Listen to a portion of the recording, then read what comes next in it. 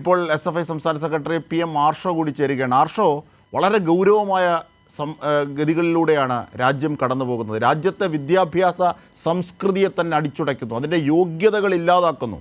എങ്ങോട്ടേക്ക്? ഇതിനു മുൻപ് സമാനമായിട്ടുള്ളൊരു സാഹചര്യം നമ്മളാരും കണ്ടിട്ടുണ്ടാവില്ല.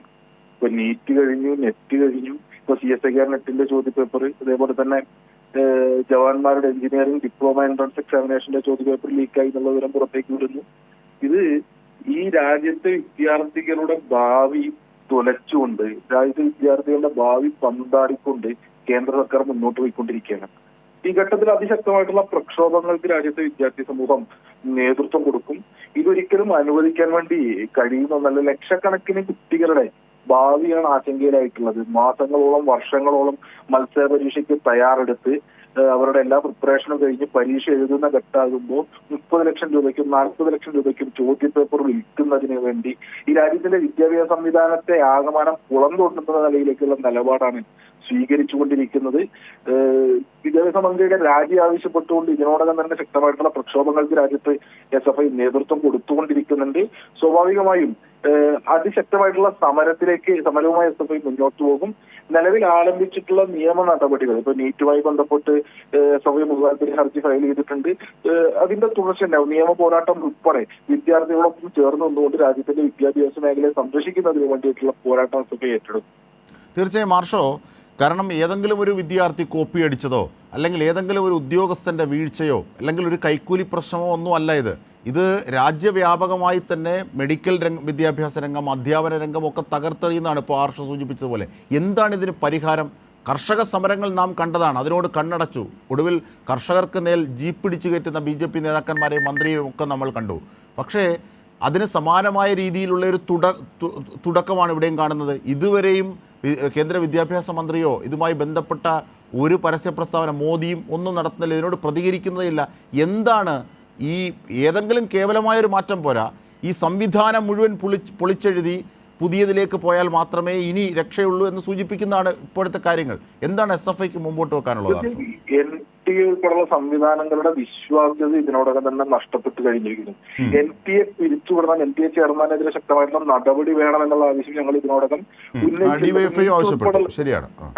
നീറ്റ് ഉൾപ്പെടെയുള്ള വിഷയങ്ങളിൽ ഇതുവരെ ഒരു വിരലനക്കുന്നതിന് വേണ്ടി കേന്ദ്ര ഗവൺമെന്റ് തയ്യാറായിട്ടില്ല.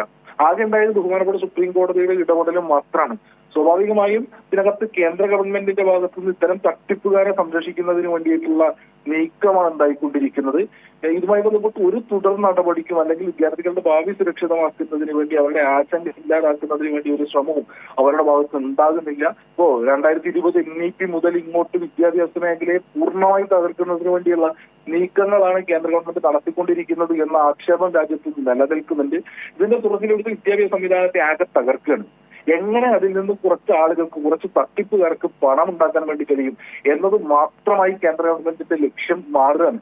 സ്വാഭാവികമായും അത് ഉറപ്പിക്കാൻ വേണ്ടി കഴിയില്ല. രാജ്യം ഇന്നോളം കണ്ടിട്ടുള്ളതിലേക്ക് വെച്ച് ഏറ്റവും വലിയ സമരം രാജ്യത്ത് ഉയർന്നു വരേണ്ടതായിട്ടുണ്ട്. അത് വിദ്യാർത്ഥികളുടെ മാത്രമല്ല, ഇത് സ്വാഭാവികമായും രാജ്യത്തിന്റെ തന്നെ നിലനിൽപ്പിനെ ബാധിക്കുന്ന വിഷയമാണ്. രാജ്യത്തെ മത്സര പരീക്ഷകൾ ഈ നിലയിൽ രാജ്യത്തെ വിദ്യാർത്ഥികളുടെ ഭാവി ആശങ്കയിലാക്കുന്നു എന്നുള്ളത് സ്വാഭാവികമായും പൊതുസമൂഹം ഒന്നടക്കം ആ സമരത്തിന്റെ ഭാഗമാകുമെന്നുള്ളതാണ് ഞങ്ങളുടെ വിശ്വാസം.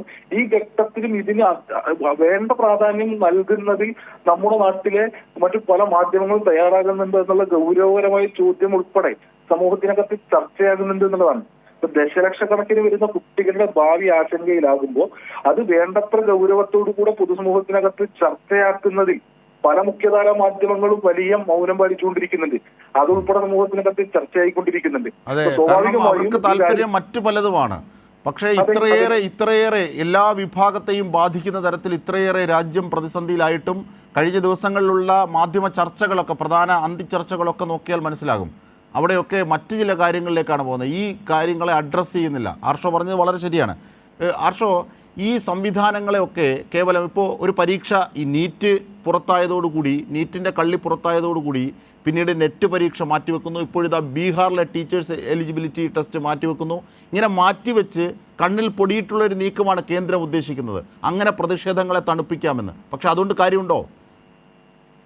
ഇല്ല, ഇതിനകത്ത് ഒരു നടപടിയും ഉണ്ടാകുന്നില്ല എന്നുള്ളതാണ്. പരീക്ഷ മാറ്റിവെക്കുന്നതിന്റെ അപ്പുറത്തേക്ക് ചോദ്യപേപ്പർ ചോർത്തുന്ന ആളുകളുമായി ബന്ധപ്പെട്ട് പരീക്ഷയിൽ നമ്മൾ കണ്ടു ഗ്രേസ് മാർക്ക് മുൻപ് എവിടെയും നമ്മൾ കേട്ടിട്ടില്ലാത്ത നിലയിലേക്ക് ഗ്രേസ് മാർക്ക് നൽകി 1500 വിദ്യാർത്ഥികളുടെ റാങ്ക് വർദ്ധിപ്പിക്കുന്നതിന് വേണ്ടി ഇടപെടലുണ്ടാകും. ഈ തീരുമാനം ഇവിടെ നിന്ന് വന്നു എന്നുള്ളതിനെ സംബന്ധിച്ച് ഈ ഘട്ടം വരെ വിദ്യാഭ്യാസ മന്ത്രാലയം വ്യക്തമാക്കാൻ വേണ്ടി തയ്യാറായിട്ടില്ല, NTA വ്യക്തമാക്കാൻ വേണ്ടി തയ്യാറായിട്ടില്ല.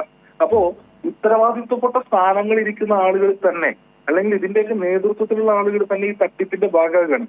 അത്തരം ആളുകളെ സംരക്ഷിക്കുന്നു, അവർക്കതിന് നടപടിയെടുക്കാൻ തയ്യാറാവുന്നില്ല. സ്വാഭാവികമായും അത് തിരുത്തപ്പെടേണ്ടതാണ്. ശക്തമായിട്ടുള്ള സമരങ്ങളിലൂടെ, നിയമ നടപടികളിലൂടെ അതിന് തിരുത്തലുണ്ടാകാം. കേന്ദ്ര ഗവൺമെന്റ് എന്തായാലും ഈ ആളുകൾക്കെതിരായിട്ടുള്ള നടപടി ഉണ്ടാകുമെന്നോ അല്ലെങ്കിൽ അവർ വിദ്യാർത്ഥികൾക്ക് അനുകൂലമായിട്ടുള്ള സമീപനം സ്വീകരിക്കുമെന്നോ ഈ ഘട്ടത്തിൽ വിശ്വസിക്കാൻ സാധ്യമല്ല. കാരണം ഇപ്പൊ കഴിഞ്ഞ നെറ്റ് പരീക്ഷയുമായി ബന്ധപ്പെട്ട് 6 ദിവസത്തോളം ഡാർക്ക് വെബിലും ടെലഗ്രാമിലും ചോദ്യങ്ങൾ കറങ്ങി നടന്നു.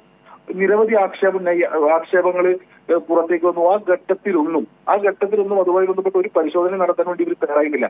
ഇതിനും പരീക്ഷ കഴിഞ്ഞതിന് ശേഷമാണ് ആ പരീക്ഷ റദ്ദാക്കുന്ന നിലപാടിലേക്ക് പോയത്. നീറ്റുമായി ബന്ധപ്പെട്ട് ഇപ്പോൾ 10-18 ദിവസം കഴിഞ്ഞു. 3 ആഴ്ചയോളം ആകാൻ വേണ്ടി പോവുകയാണ്. വിവരങ്ങൾ പുറത്തേക്ക് വന്നിട്ട് ഒരു നടപടിയും ഉണ്ടാകുന്നില്ല. ഇപ്പൊ കൗൺസിലിംഗ് ഉൾപ്പെടെയുള്ള നടപടികളുമായി മുന്നോട്ട് പോകുന്ന സാഹചര്യങ്ങളാണ് ഇപ്പോൾ ഉള്ളത്. അപ്പോ ഈ നിലയ്ക്ക് ഗൗരവമില്ലാതെ വിദ്യാർത്ഥികളുടെ ഭാവി കൊണ്ടാടുന്ന നിലപാട് സ്വീകരിക്കാൻ ഗവൺമെന്റ് മുന്നോട്ട് പോയാൽ അതിശക്തമായിട്ടുള്ള സമരങ്ങളിലൂടെ, ഇപ്പൊ നേരത്തെ അവതാരങ്ങൾ ഉൾപ്പെടെ സൂചിപ്പിച്ചതുപോലെ എങ്ങനെയാണോ കർഷക സമരം തെറ്റായിട്ടുള്ള 3 കാർഷിക നിയമങ്ങൾ പിൻവലിക്കുന്നതിലേക്ക് കേന്ദ്ര ഗവൺമെന്റിൽ എത്തിച്ചത്, സമാനമായ നിലയിൽ അതിശക്തമായിട്ടുള്ള വിദ്യാർത്ഥി പ്രക്ഷോഭം രാജ്യത്ത് ഉയർന്നു വരിക തന്നെ ചെയ്യുമെന്ന്. തീർച്ചയായും. കാരണം ഒരു ഭരണകൂടം എപ്പോഴും നമ്മളെ സ്പർശിക്കുന്നത് അവരെടുക്കുന്ന നയങ്ങളും നിലപാടുകളും നമ്മളുടെ ജീവിതവുമായി മുട്ടുന്ന ഒരു വേളയിലാണ്. അല്ലാതെ ഒരു താത്വികമോ അല്ലെങ്കിൽ അവഗാഹത്തിലോ ഒരു ജനതയ്ക്ക് എപ്പോഴും ഭരണകൂടത്തെ പരിശോധിക്കാൻ പറ്റണമെന്നില്ല. സാധാരണഗതിയിൽ അവർക്ക് ഫീൽ ചെയ്യുന്നത് ഇങ്ങനെയുള്ള ജീവിത പ്രശ്നങ്ങൾ നേരിടുമ്പോഴാണ്. 1ാം മോദി സർക്കാരും 2ാം മോദി സർക്കാരും 3ാം മോദി സർക്കാരും എടുത്തു നോക്കിയാൽ ആദ്യം കർഷകർ പ്രശ്നങ്ങൾ ഉണ്ടാക്കുന്നു, കർഷകർ പ്രതിസന്ധിയിലാകുന്നു, അവർക്ക് തെരുവിൽ ഇറങ്ങേണ്ടി വരുന്നു, അവരെ ക്രൂരമായി മർദ്ദിക്കുന്നു, പാർശ്വവൽകൃതരായ ജനതതി തെരുവിലേക്ക് ഇറങ്ങുന്ന സാഹചര്യം, പിന്നോക്ക സമൂഹങ്ങൾ തെരുവിലേക്ക് ഇറങ്ങുന്ന സാഹചര്യം കണ്ടു. പിന്നീട് ഗുസ്തി താരങ്ങൾ തെരുവിലേക്ക് ഇറങ്ങുന്നു, കായിക താരങ്ങൾ തെരുവിലേക്ക് ഇറങ്ങുന്നു. ഇതെല്ലാം ഓരോ മേഖലകളാണ്. ഇപ്പോഴിതാ നേരത്തെയും ഉണ്ട് എങ്കിൽ പോലും ഇപ്പോൾ കൂടുതൽ മൂർത്തമായ സാഹചര്യം സൃഷ്ടിക്കപ്പെടുന്നു. വിദ്യാർത്ഥി സമൂഹം കൂടി അങ്ങനെ ഇറങ്ങേണ്ടി വരുന്ന സാഹചര്യമുണ്ട്. അതിൽ വരേണ്യരുണ്ട്, സാധാരണക്കാരുണ്ട്, പാവങ്ങളുണ്ട്. ഇങ്ങനെയുള്ള വിദ്യാർത്ഥികൾ മുഴുവൻ ഇറങ്ങുകയാണ്. അപ്പോൾ ഓരോ ഘട്ടങ്ങളിലും ഇത്തരത്തിൽ കുപ്രസിദ്ധമായ പ്രവൃത്തികൾ കൊണ്ട് ജനതയെ ബുദ്ധിമുട്ടിക്കുന്നതിലേക്കാണ്. അതാണ് ഈ വിദ്യാർത്ഥി പ്രശ്നങ്ങളിലേക്ക് എത്തുന്നത്. ഇതിൻ്റെയൊക്കെ കാതലായ കാര്യങ്ങൾ എവിടെയാണ് ഇരിക്കുന്നത്? എന്താണ് മോദി സർക്കാരിൻ്റെ വിദ്യാഭ്യാസ നയം തന്നെയല്ലേ ഇതിൻ്റെ അടിസ്ഥാന പ്രശ്നം? ആർഷോ? തീർച്ചയായിട്ടും വിദ്യാർത്ഥികളെ സംബന്ധിച്ച് ഈ ഘട്ടത്തിലല്ല, കഴിഞ്ഞ 10 വർഷക്കാലമായി കേന്ദ്ര ഗവൺമെന്റ് സ്വീകരിച്ചുകൊണ്ടിരിക്കുന്ന വിദ്യാഭ്യാസ മേഖലയെ തകർക്കുന്നതിനെതിരായിട്ടുള്ള അതിശക്തമായിട്ടുള്ള പ്രക്ഷോഭത്തിനും സമരത്തിനും തന്നെയാണ് രാജ്യത്തെ വിദ്യാർത്ഥികൾ. അത് 2020 ദേശീയ വിദ്യാഭ്യാസ നയം വരുമ്പോൾ ആ സമരത്തിന്റെ തീവ്രത വർദ്ധിക്കുന്നുണ്ട്. ആ സമരം എപ്പോഴും വിദ്യാർത്ഥികൾ തുടർന്നുകൊണ്ടിരിക്കുകയാണ്. ഈ ഘട്ടത്തിൽ നമുക്ക് കാണാൻ വേണ്ടി കഴിയുന്ന നേരം സൂചിപ്പിച്ചതോടെ തന്നെ സർക്കാരിന്റെ നയവും നിലപാടും ആർക്ക് വേണ്ടിയുള്ളതാണെന്നുള്ളതാണ്. കഴിഞ്ഞ 1ാം മോദി സർക്കാരിന്റെയും 2ാം മോദി സർക്കാരിന്റെയും അവർ സ്വീകരിച്ച നയങ്ങളും നിലപാടുകളും ഈ രാജ്യത്തെ കോർപ്പറേറ്റുകൾക്ക് വേണ്ടിയായിരുന്നു എങ്കിൽ ഇപ്പോൾ 3ാം മോദി സർക്കാർ അധികാരത്തിലേറി ഈ ഘട്ടത്തിൽ അവർ സ്വീകരിച്ചുകൊണ്ടിരിക്കുന്ന നയവും നിലപാടും ഈ രാജ്യത്തെ തട്ടിപ്പുകാർക്കും കൊള്ളക്കാർക്കും വേണ്ടി, കള്ളന്മാർക്കും വേണ്ടിയിട്ടുള്ള നയരൂപീകരണമാണ് എന്നുള്ളത് കാണാൻ വേണ്ടി കഴിയും. ഈ നിലക്കുള്ള തട്ടിപ്പുകാരെ സംരക്ഷിക്കുന്നതിന് വേണ്ടിയിട്ടുള്ള നയങ്ങൾ രൂപീകരിച്ച് കേന്ദ്ര ഗവൺമെന്റ് മുന്നോട്ട് പോകുന്നു എന്നുള്ളത് സ്വാഭാവികമായും ഇപ്പോ ഈ നേരത്തെ സൂചിപ്പിക്കപ്പെട്ട സമരങ്ങളൊക്കെ ഈ രാജ്യത്ത് ജീവിക്കുന്നതിന് വേണ്ടി വിവിധ മേഖലകളിലെ മനുഷ്യർ നടത്തിയ സമരമാണ്. സമാനമായ നിലയിൽ തന്നെ ഈ രാജ്യത്ത് പഠിക്കുന്നതിന് വേണ്ടിയിട്ടുള്ള വിദ്യാർത്ഥികളുടെ സമരമാണ്.